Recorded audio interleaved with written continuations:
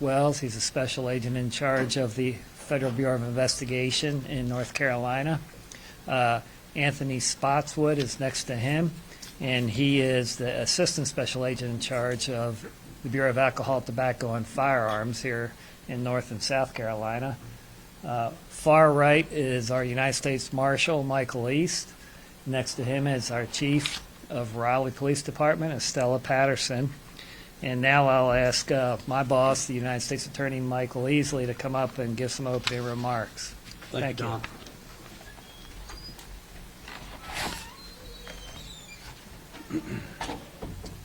Thank you for being here today. I'm United States Attorney Michael Easley for the Eastern District of North Carolina. As Don Connolly mentioned in his introduction, I'm joined today with Special Agent in charge of the FBI, Bobby Wells, Assistant Special Agent in charge of the ATF, Anthony Spotswood, United States Marshal Mike East, and of course, our Chief of Police, Estella Patterson. Thank you so much. We're here today to discuss a joint federal initiative for combating violent crime. As you know, violent crime is on the rise nationally, particularly gun violence, and as we've seen in the recent days and months, North Carolina is not immune. We live in a country where all people are entitled to live free, to live, work, and raise a family in their own communities without fear of gun violence. But there are parts of our community that do not feel free, where folks do not feel free to sit on their front porch, go out at night, or let their kids play outside. Law enforcement has a vital role in protecting those freedoms and in safeguarding our communities. Last year, there were 33 homicides in Raleigh. This year, there have already been 24, and it is just July. Last week, as many of us celebrated the July 4th holiday and America's promise of freedom, 5 were killed by gun violence, including a 23-month-old baby. We are here today to announce firm and concrete actions as part of a new federal strategy designed to deliver justice and hold accountable those who sow fear in our communities. We are also sending a message that the violence must stop. We are prioritizing cases involving the illegal possession of firearms, gun trafficking and straw purchases, armed gangs and drug transactions, and shootings in our community. And we are announcing today a recent wave of indictments as a part of that strategy. In the last 3 weeks, in Raleigh alone, the joint efforts of these agencies, along with Wake County District Attorney Lauren Freeman and her staff, have led to the indictment of 27 individuals facing 50 federal and 25 state charges among them, including an array of drug trafficking and firearm offenses. 12 of the defendants are individual federal cases involving firearms, with another 8 of the federal cases involving a standalone organized crime investigation. I want to be clear that these charges are merely allegations, and that each defendant is presumed innocent unless and until proven guilty beyond a reasonable doubt. I'm not going to get into a recital of the evidence because there are legal and practical reasons why we cannot do that at this stage and why we must be limited in our comments. So we won't be sharing any information that could impact the outcome of any trial in this matter or any ongoing investigation. As part of these cases, law enforcement seized 26 firearms, over 200 rounds of ammunition, over 6 kilograms of narcotics, including 600 bundles of heroin, 600 bundles of heroin, 296 grams of crack, and 13 grams of fentanyl, enough to provide over 7,000 potentially deadly doses of this synthetic opioid. Also seized was one non-serialized ghost gun.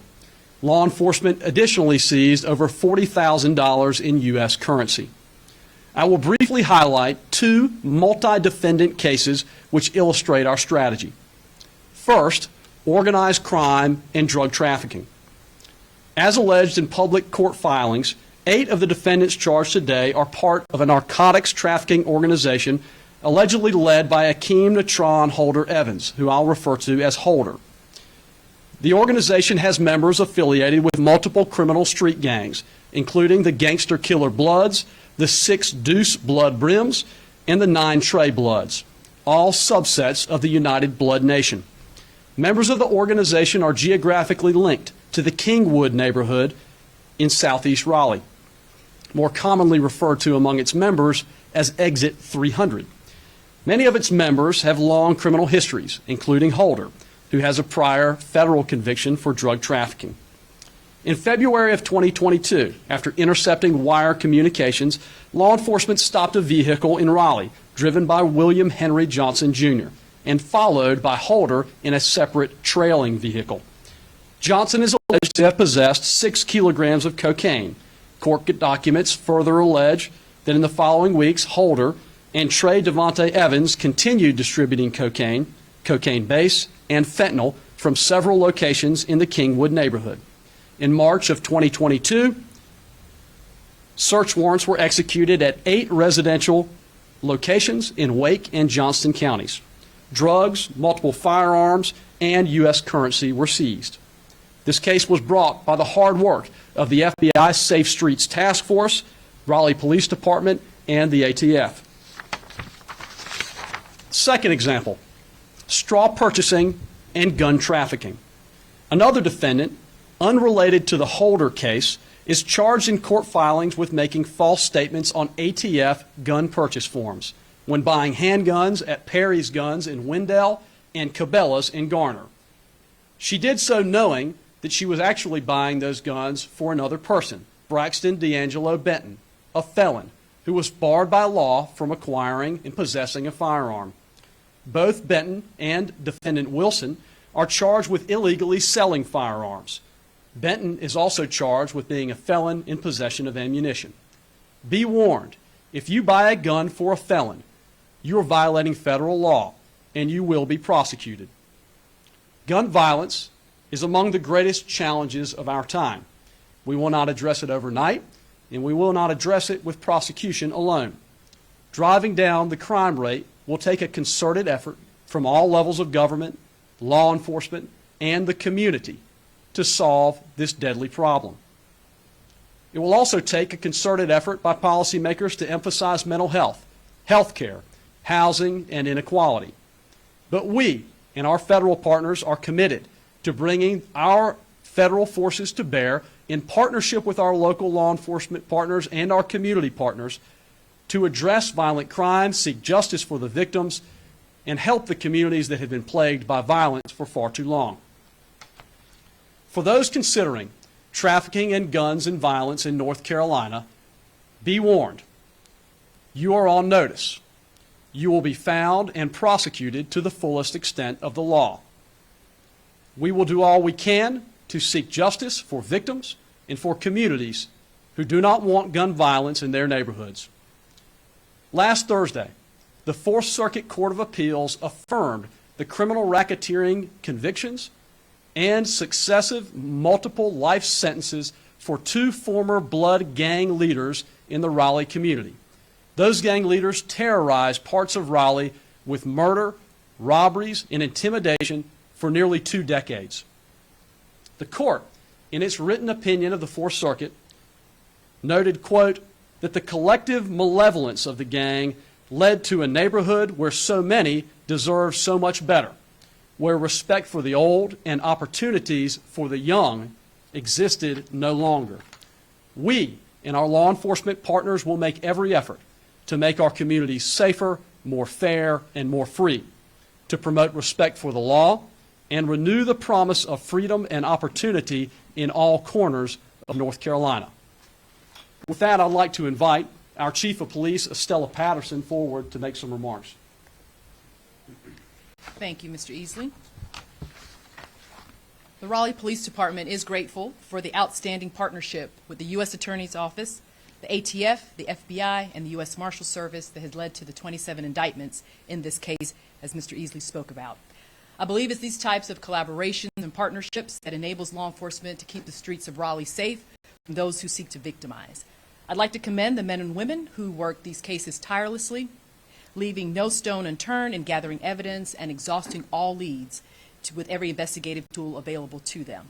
I'm extremely, extremely proud of the work of our task force officers, but also to RPD's Career Criminal Unit, Criminal Enterprise Drug Unit, Gang Suppression Unit, and Selective Enforcement Unit, all of whom are among the best that we have in law enforcement in this state and in this region.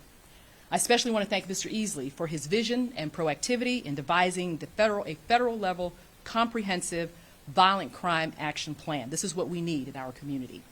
I'm happy to know that Mr. Easley shares my desire to make Raleigh the safest city in the country and has fully committed the resources to move us in that direction. Lastly, I'd like to thank the Raleigh community for your support of law enforcement and your confidence in us to serve and protect. We cannot do the work that we do without the public support. We will continue serving with the highest level of service delivery the Raleigh Police Department is known for. It is my intention to continue providing the necessary resources to identify and seek prosecution of those who commit violence in our community, those who sell and traffic narcotics, and those who break the laws that impact the quality of life for our residents. I stand with my local, state, and federal partners to interrupt all criminal enterprises operating in our region. Thank you.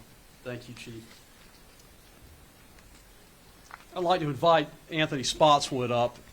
Anthony is an accomplished agent, now in a supervisory role as an assistant special agent in charge with the ATF. And if you would, Mr. Spotswood, if you could share a little bit about the NIBIN system and crime gun intelligence. As we mentioned, there were 26 guns seized as part of the cases we've talked about here today. And the investigation doesn't stop when we seize those guns. And I'd like you to share a little bit about how valuable it is to get those guns off the street and what we can do with the technology that ATF brings to the Raleigh Police Department. Sure. Thank you.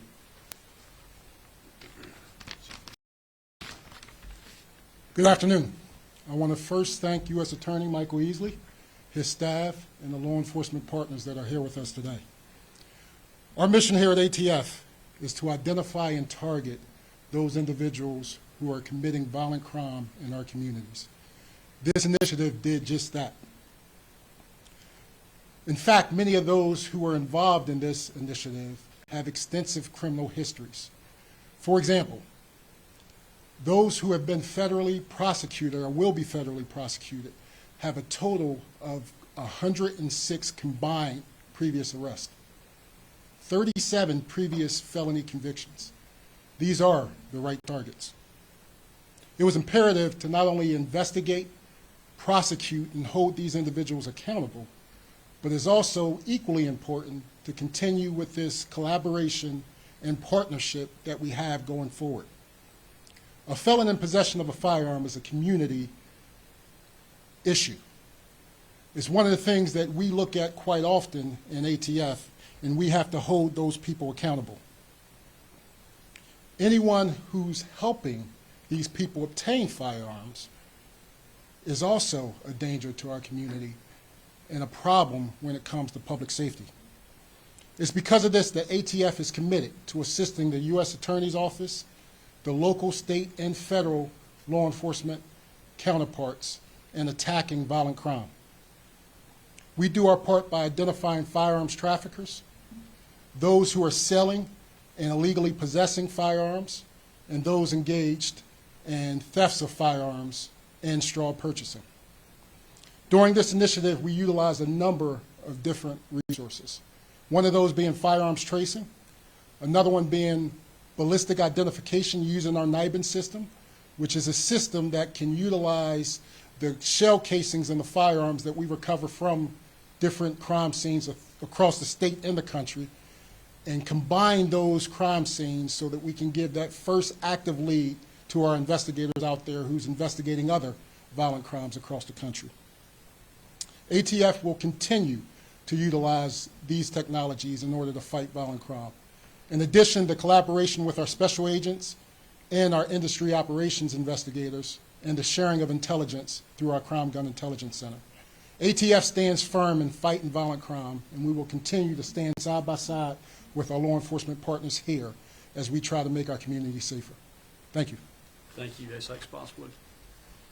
Yeah, I'd next like to invite our special agent in charge of the FBI, Bobby Wells, forward to speak some about the tremendous effort of the FBI Safe Streets Task Force in Eastern North Carolina. The case that I mentioned earlier where the Fourth Circuit affirmed criminal racketeering convictions was also a product of the Safe Streets Task Force, and it restored what was an incredibly violent community to a place of peacefulness. And I'd like to invite Special Agent in Charge Wells forward to talk about their incredible work along with Assistant U.S. Attorney Robbie Dodson on the Holder drug trafficking organization. Thank you. Good afternoon. Thank you, Mr. Easley, Chief Patterson.